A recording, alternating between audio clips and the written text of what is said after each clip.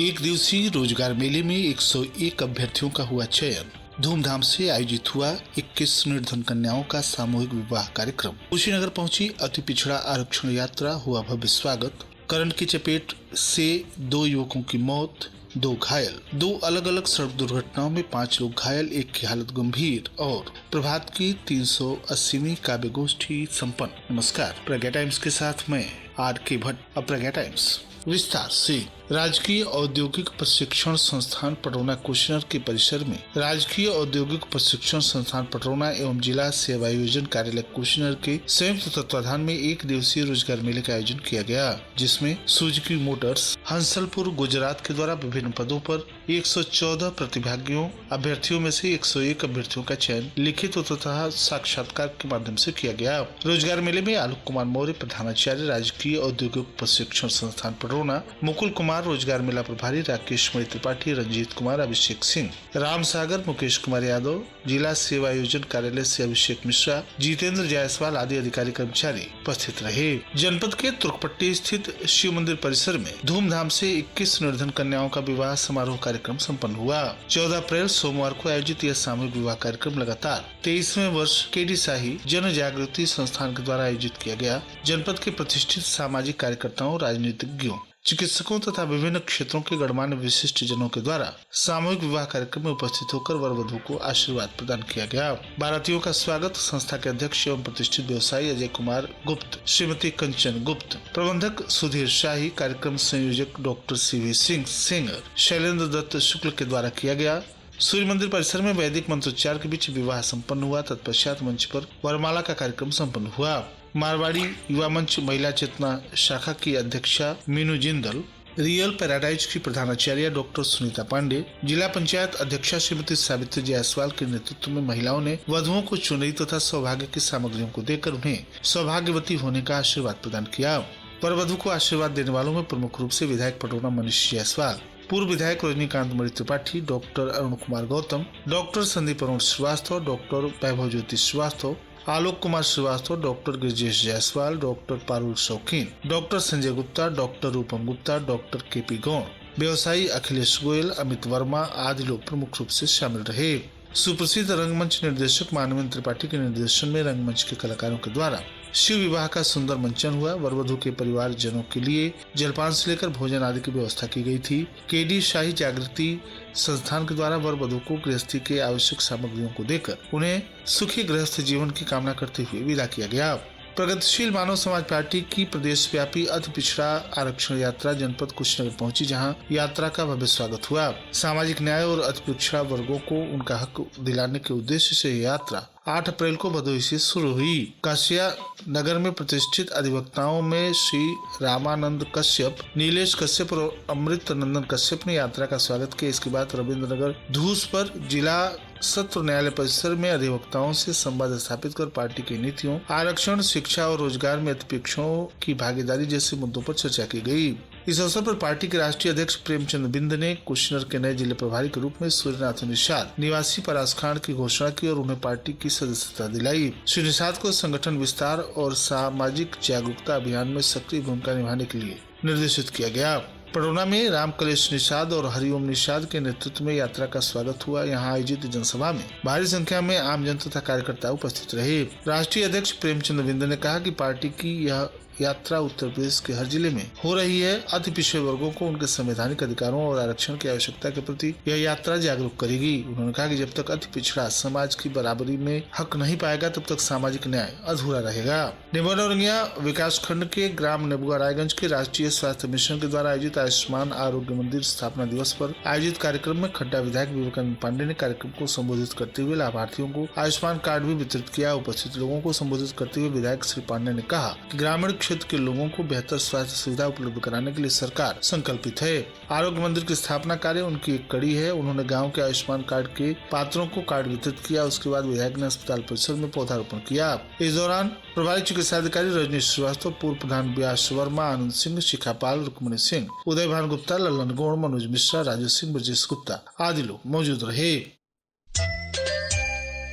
आप सुन रहे हैं प्रज्ञा टाइम्स, जनपद के एकमात्र सामुदायिक रेडियो स्टेशन रेडियो प्रज्ञा 90.4 FM पर।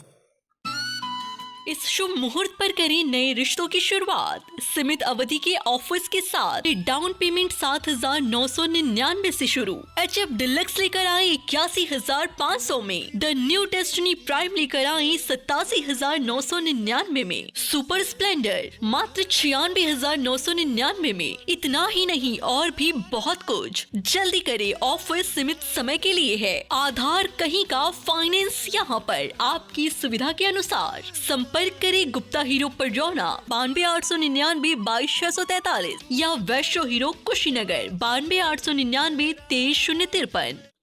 प्रज्ञा टाइम्स में आप सभी श्रोताओं का एक बार पुनः स्वागत है।